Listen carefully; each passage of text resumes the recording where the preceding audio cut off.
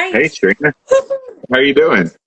Doing well. How are you doing, Phil? Awesome, awesome. Well, for everyone, welcome to another episode of the Agora webinar. My name is Phil Khalil, and today we have the author of another amazing book, Shereen Marcus. Shereen is the author of An Immigrant Church No Longer, Reshaping Youth Ministry for Coptic Churches in North America. So just before we formally introduce Shereen, just a little bit about her. She is a wife, a mother of two boys, and she works a full-time job as a veterans law judge for the Board of Veterans Appeals. She earned her law degree at George Washington University, and since then has had a very impressive legal career that spanned nearly 2 decades. At the same time, she has been an advocate for reforming youth ministry in Orthodox churches in North America. Shereen did independent research into various youth ministry efforts and began writing kids' Christian education materials for her local parish.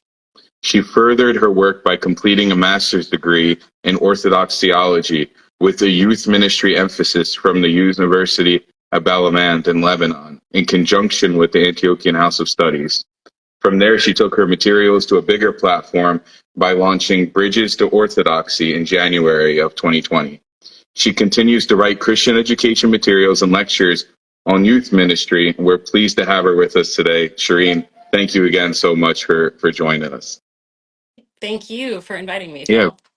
of course. So, first question, could you give us a quick snapshot of what your book is about and what made you decide to write on this specific topic? Sure. Yeah. And before we get started, I do want to say that I love the Orthodox Church. It's really important for me to put that out there in the beginning. We have this deep apostolic faith, and because I love our church so much, it really bothered me with the statistics that I was seeing with the fall away from the youth. When a child graduated high school, more and more you were seeing that they felt like they were graduating church. And when it was no longer, their parents taking them, they weren't making that choice themselves. And it was especially happening here in the States. I know it's been happening in Canada. I have two boys of my own, so this has always been a concern of mine. And I'm sure if I share this with you, there's parents on here, they're going to be nodding along. I heard that all too familiar pattern when they were young, fighting me about Sunday school. I don't want to go, Mom. It's boring. I'm tired. I'm hungry. Liturgy was forever. Don't make me go. I went and I sat in on these classes, and to my surprise, maybe I shouldn't have been so surprised, nothing really changed from when we were kids. Exactly what you're remembering Sunday school was like when you were a kid, that's exactly what I saw. Tired, hungry kids that are overcrowded classrooms, really dedicated servants, but yet they just didn't have the resources to keep them engaged. I just really felt like we need to do better. We're no longer this brand new immigrant church. We have to do something about this. And then that's really what compelled me to research and what the church needed to do about it. And I went down a rabbit hole I wasn't expecting to go down, but it was a deep rabbit hole, and that's kind of where I got started. Awesome. So, what would you say the biggest problems are with youth ministry in the Coptic Church in North America? In my book, I kind of put them into two buckets, two categories, which is, there's the curriculum and the framework. And the book largely focuses on the framework, which is the foundation of youth ministry. And to explain why I focused with that, because most people, their mind goes to curriculum, but that's not where I went. I went with framework, and I want to kind of share a story with you to Sure, sort of explain why. sure. I've shared this story before a couple of times, but in some other settings. But in any case, like you said, I'm married. I have two boys. During the COVID pandemic, we had travel plans, like a lot of people did, that got canceled. We still wanted to do something, so we decided to do a road trip vacation to some beaches, and we made a couple stops on the way there. First night, we stop in at a cousin's place in Charleston. We leave the car on the driveway.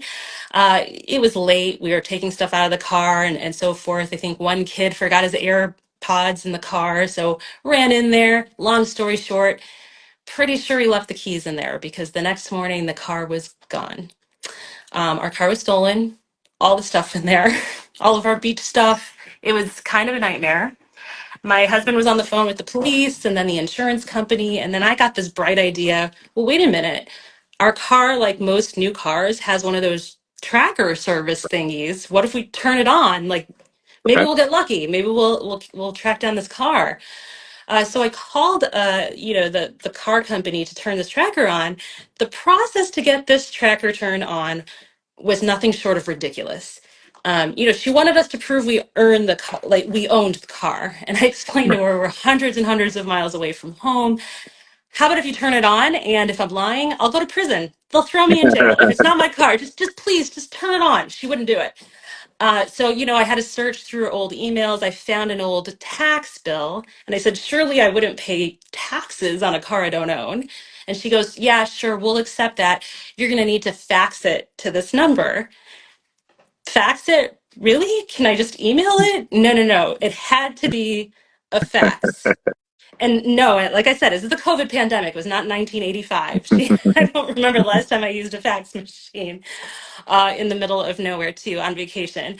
Then I was like, oh wait, I think they have an app for that. They have an app for everything. We found an app where you can, fax something through a computer. So I called her again. And I said, okay, we faxed it to you. She said, great. We check our fax machines once an hour. At this point, I could have sworn I was on one of those hidden camera shows. But no, no, no. Once an hour, she wouldn't bend on this. She knew the situation. Um, Bottom line is we didn't find the car. And, we had to call and cancel this tracker service. Of course, they wanted to know why we were canceling the tracker service.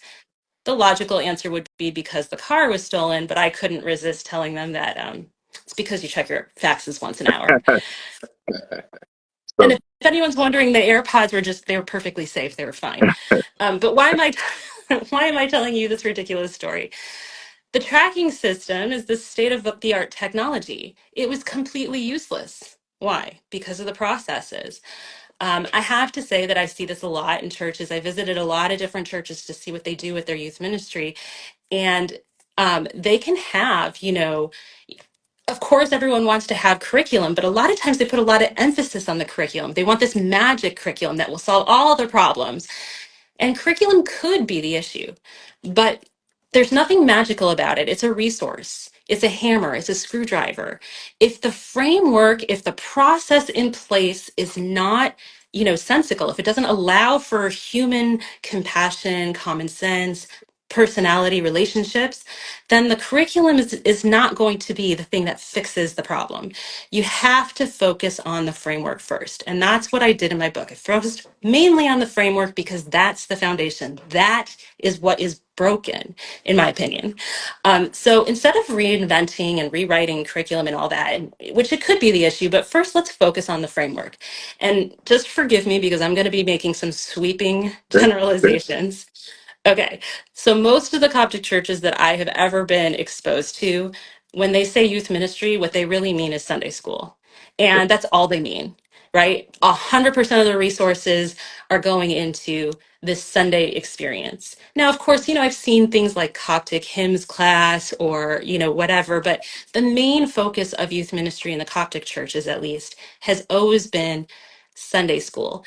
And in my book, I challenge the Coptic churches to think beyond the Sunday school model, because if you want a well-rounded youth ministry experience for the youth, there's actually 5 different prongs that I say that you have to hit before they graduate high school so that they feel connected to the body of Christ, so that they feel that they have a connection to the church, that they're not just being served by the church, but the church is part of their identity.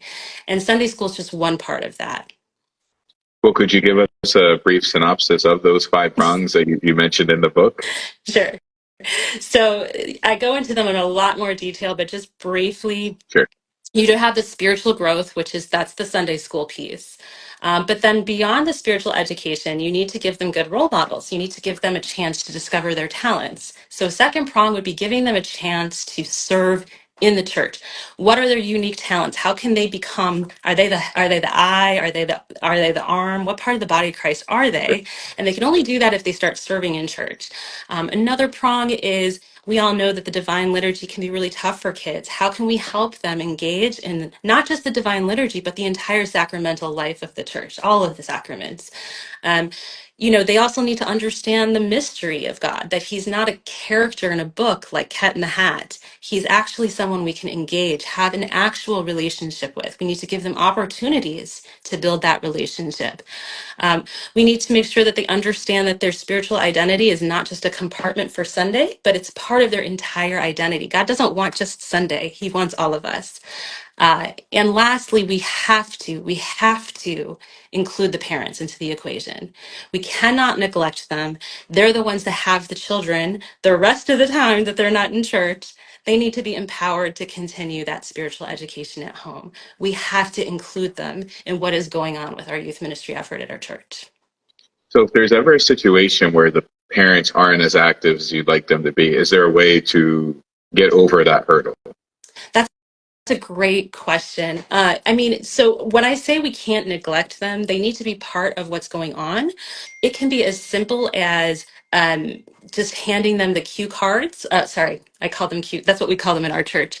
The cue cards are these like a half page that kind of gives them a synopsis of what they learned in Sunday school that day. What's the theme of the month? We always focus on a theme. Some questions to give the parents to ask their kids other than what did you learn in Sunday Hmm. school? It has actual specific practical questions and something for them to, it's not homework, it's literally one or two questions, but something for them to engage their kids into a dialogue on the way home. Now, if they're not super invested in church, the only thing you can really do is just offer these resources. And hopefully they want to be invested in their kids enough to continue that spiritual education. But at least cluing them into what they're learning on Sundays, having parent meetings, having those resources available, even if it's just pamphlets that you have available for them to take home, but at least including them into the conversation about what the kids are learning and how they can continue that at home. Awesome. And when you mention, bringing youth and having them serve, what is an appropriate time where you think that we can actually integrate them in that way? In my opinion, all ages. I'm not Okay. saying you have to have a preschooler teaching Sunday school. Okay. There are many ways that kids can serve, right? They can be in the back. They can be handing out. They can help with the ushering during communion. They can help with hymns. They can help with so many different things. Kids just want to feel useful, first of all, Sure. and they want to feel like that's their home. It's not going to feel like their home. They're going to always feel like guests Hmm. if you don't include them into the liturgical experience, into the body of Christ. So a lot of Coptic churches are like, I'm lost, and everything you're saying is great, but where do we go from here? I need like a first step. I need a practical first step. How can I reshape youth ministry in my church or in my parish? I think that's a great question. It can seem very overwhelming. Um, there's a lot of mind shift perspective shifts that I am proposing, but I think a very important first step, and actually should be the first step, is to really think through and precisely define what is the mission of your youth ministry. What is it that you're trying to accomplish? You can use the 5 prongs that I suggested as a model and build from there, but you have to decide what it is you want to accomplish. I know somebody wrote in, for example, a question about social media addiction.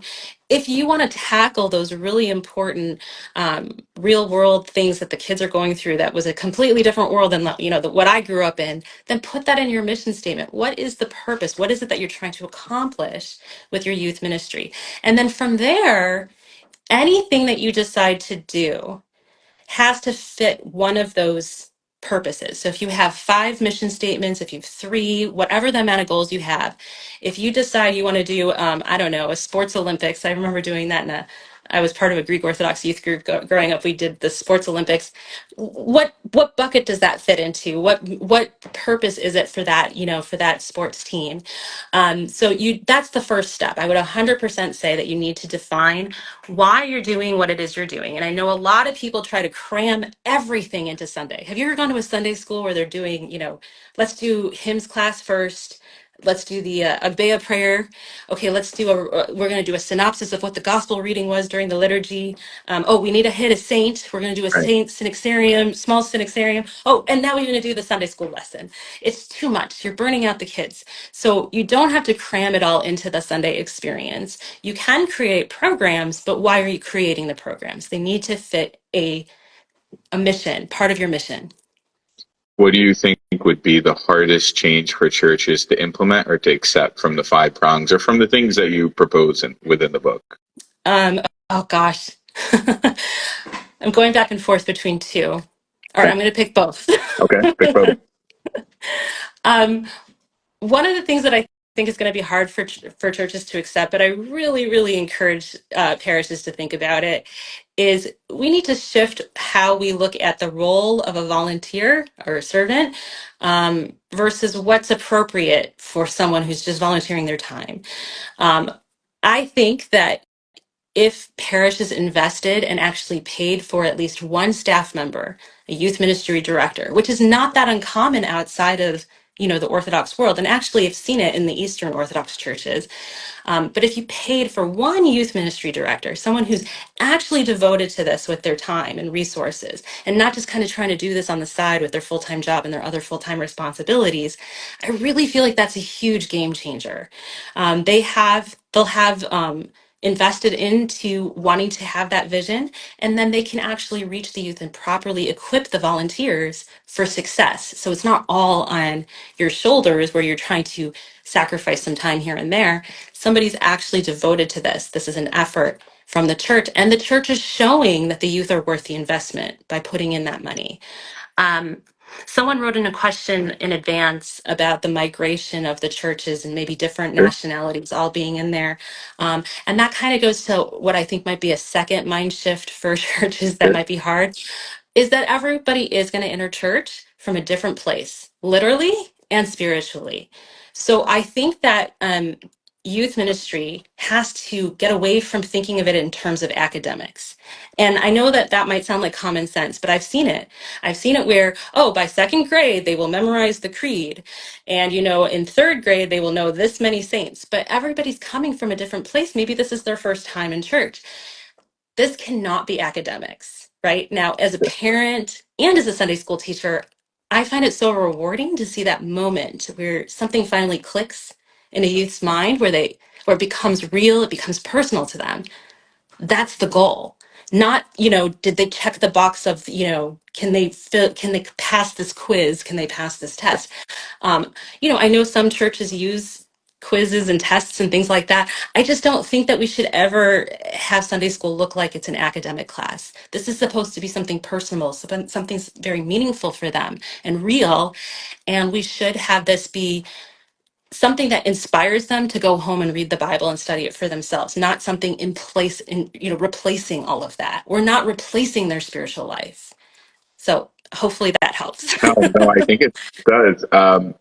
You did identify curriculum as a major problem within youth ministry. What does your book, or what do you think is a big solution to solving that curriculum problem?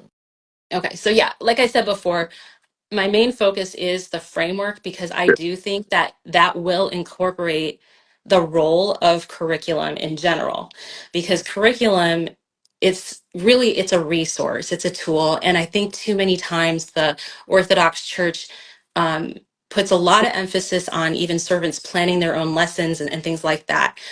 What I think is really needed is some sort of body of educators, sort of like a Department of Education. And this is like a Sure. lofty goal. Sure. It would be awesome to have some sort of area where every church can pull resources, because every church, even though we're all Orthodox, we all have the same faith, they're all going to have a slightly different demographics and slightly different mission. There might be churches that are solely catering or mostly catering to immigrants, to people who are still coming from the motherland. Sure. But then you have other churches where the majority didn't even grow up in an Orthodox church, or Sure. maybe one or both of their parents are not Orthodox. So we need to have different kinds of resources so that the different demographics can pull from what they need. So that would be wonderful. It also kills me that if you look at the non-Orthodox, the Protestant, especially the Protestant, they have Right. these beautiful, professional-looking materials, and they have companies that develop them, and these videos that are totally fantastic. For some reason, our church has never really invested that kind of money or resource into it. And I mean, I suppose that's what motivated me to launch the website. You mentioned Yeah. it in the beginning, Bridges to Orthodoxy. I'm trying to fill the gap a little bit. I have some, small amount of staff. But someone, like I said, somebody had sent in the question about, the social media addiction in our youth. That's a perfect example for where you would need a resource. I mean, I don't know enough about that off the top of my head, but then I put together a resource where you could just give that to your volunteers. You're equipping them to have that discussion with their youth. I don't think volunteers are equipped necessarily to write lesson plans, and that's not what you want. You want good role models that are really fun and enjoy working with kids, not necessarily, lesson planners. But if anyone is curious about the curriculum, in the book, I did put 4 lesson plans in the appendices just so people can see, for illustration purposes, the kinds of curriculum content that I create, and also just the difference in how you would go about the same story. For example, David and Goliath, how you'd go about sharing that with younger kids and then sharing that with maybe a teen audience. Because I think that's another thing that's hard for Coptic churches to accept, is that you're supposed to teach these stories over and over again, just like we're supposed to read the Bible over and over Right. again, Right. because at each stage you learn something a little different. Well, so tell us more about, because we've mentioned it a few times, Bridges to Orthodoxy. Tell us more about that and what you're working on with the curriculum on that. So Bridges to Orthodoxy is a website. You guys can go there. It's got mainly, it has retreat materials, it has Sunday school curriculum materials, um, and it has a few things for elementary, but I largely focused on middle school and high school because I just noticed there was very, like, the materials for that age group were really lacking, at least for Orthodox. And by the time you get to the Orthodox age demographic of middle school and teens, the differences start to matter, right? You can't just borrow from Protestant anymore when you're getting into those deeper theological lessons. So I put those up on the resource. I mean, basically what happened is it started off with just writing things informally for my church, but then I started making that my project when I was studying for the Right. master's degree at the Antiochian House of Studies. And then I had, I think, 10 churches from all across the country: California, Midwest, Ohio, Michigan, Jersey, New York, the DC area, Pennsylvania, all trying it out and giving me some feedback. And then we kind of refined it after a few years and put it up on the website. But it rotates between social topics like social Sure. media or judging or gossip or things like that. Orthodox faith topics, which are the ones that, the church really wants you to learn about, like the sacraments and the ecumenical councils. Um, and then also the Bible study ones, where maybe they've heard that story before, but do they know how to study that Bible study themselves? Do they know how to go home and open up their Bible and understand what they're reading? So that's really the goal for middle school and high school. And, those Orthodox faith topics are really important, but it's hard to make them, practical and engaging for that age group. So that's that was a challenge, though. But that's something that I thought was really important. I don't think people are necessarily should be, as a volunteer, just be putting these lessons together themselves, because that's a really difficult ask. So that's basically what the materials online are for. Okay. Well, I was also going to add, or actually ask, how do you keep the curriculum? How do you keep the curriculum fresh and relevant? Because the problems of today's youth, social media, we mentioned a few times, will be completely different maybe in 10 years, or maybe they won't be, but they'll take another form. So how do you evolve curriculum?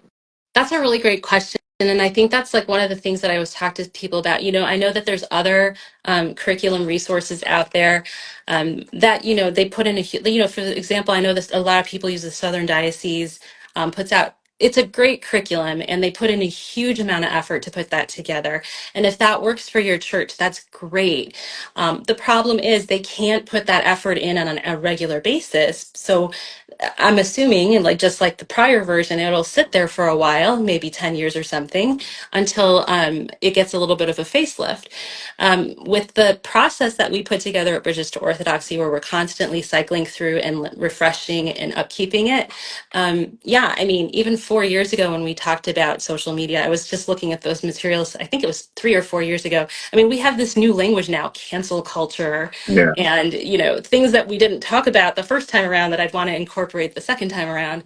um, I think it helps that I have, teenage boys at my house. So that's one piece.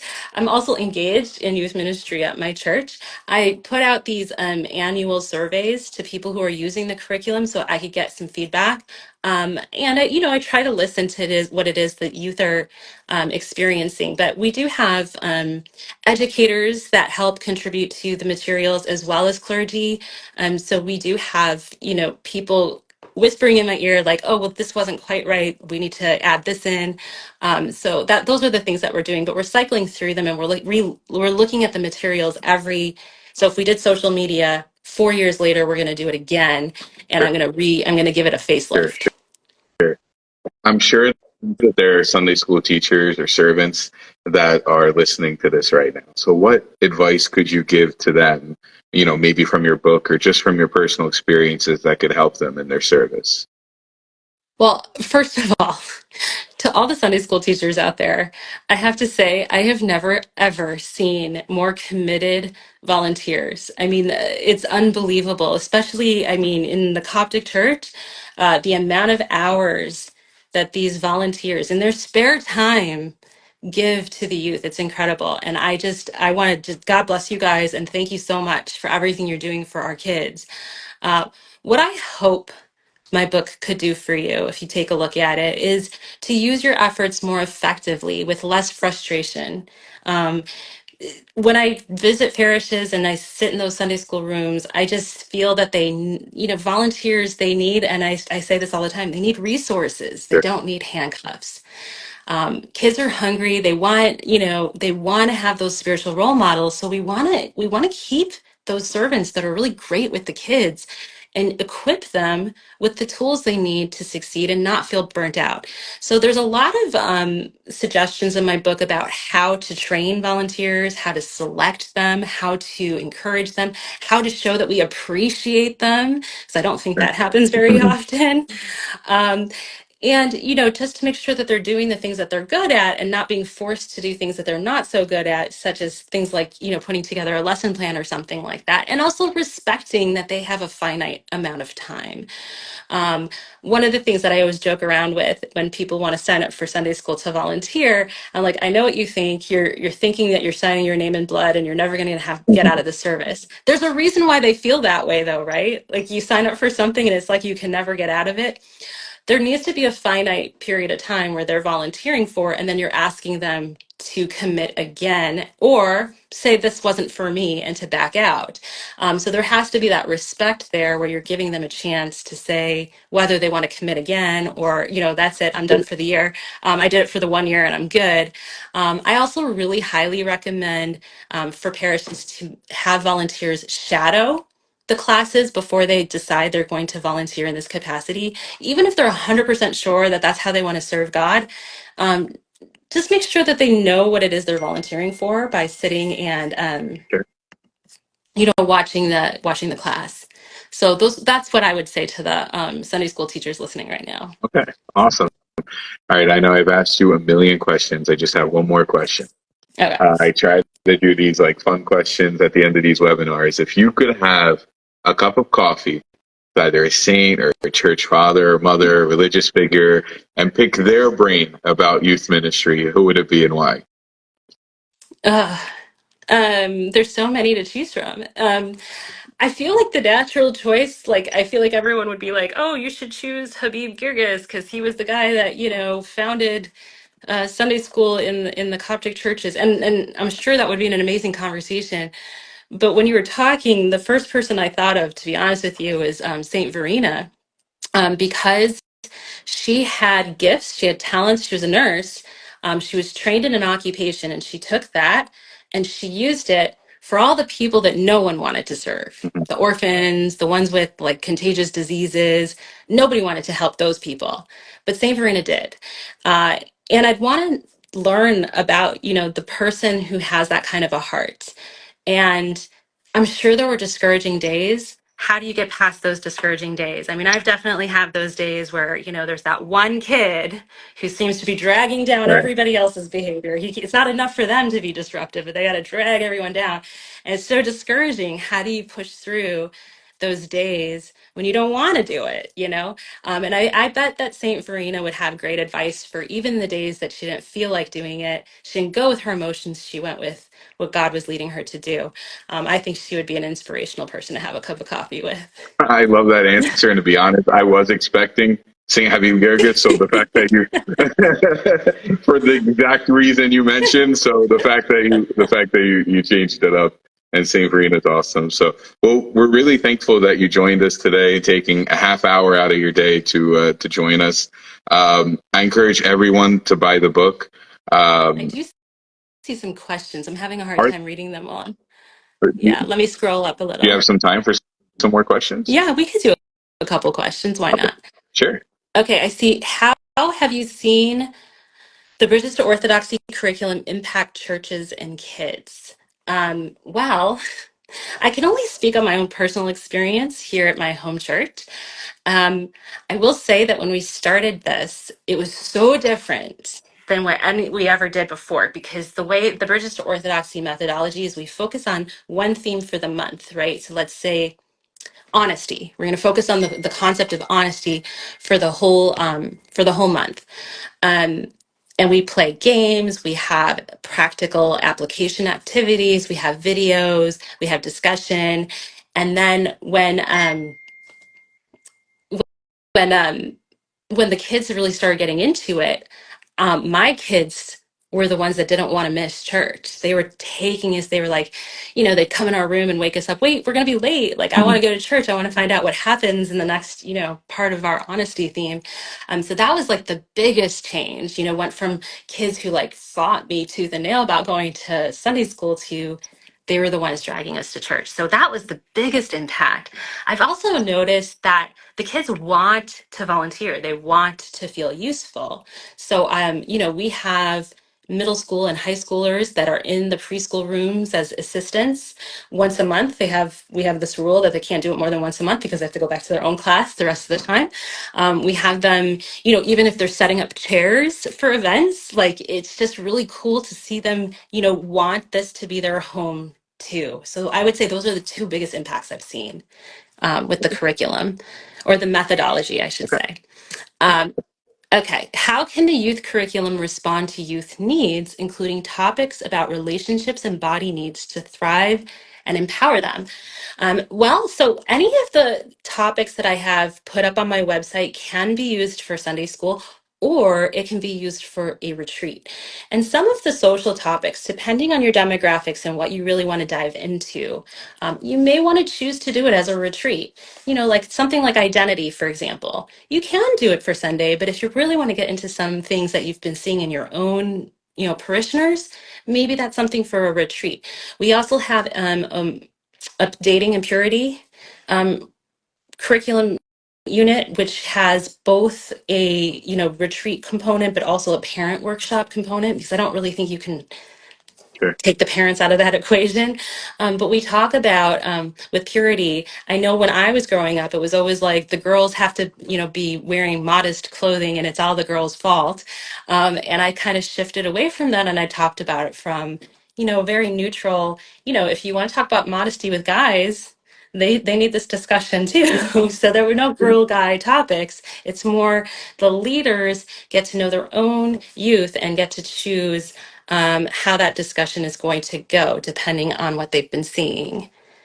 So I don't make any assumptions, is basically what I'm saying in the materials.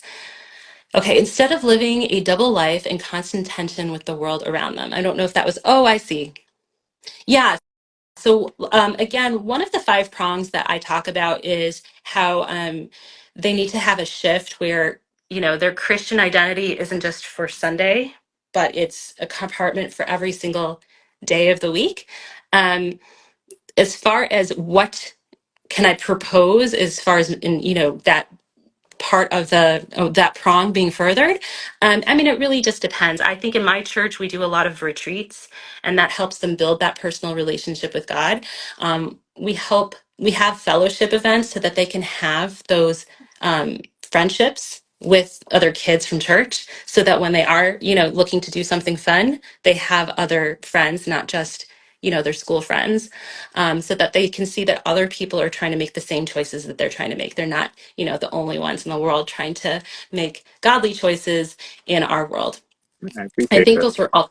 Yeah. Did I miss any questions, Phil? I'm trying to like. I, I, I'm honestly seeing that you're seeing questions I'm not even seeing on the chat. So Oh, I think we're great there. And unfortunately, I think we're out of time for today. I wish we had more time, but we really appreciate you joining. And again, I really encourage everyone to purchase and to read Immigrant Church No Longer. Reshaping Youth Ministry for Coptic Churches in North America. It's a great book, great author, and as a product of the Sunday school parish that you're referencing, I can only say great things. So, really thank you for coming on today, and again, encourage everyone to get the book and read it and make the most of it. So, thank you, and of course, Bridges to Orthodoxy. thank you so For much. use within parishes. So, yeah. So until next time, we'll see you all. God bless you all, and have a nice day. All right. Bye, everybody.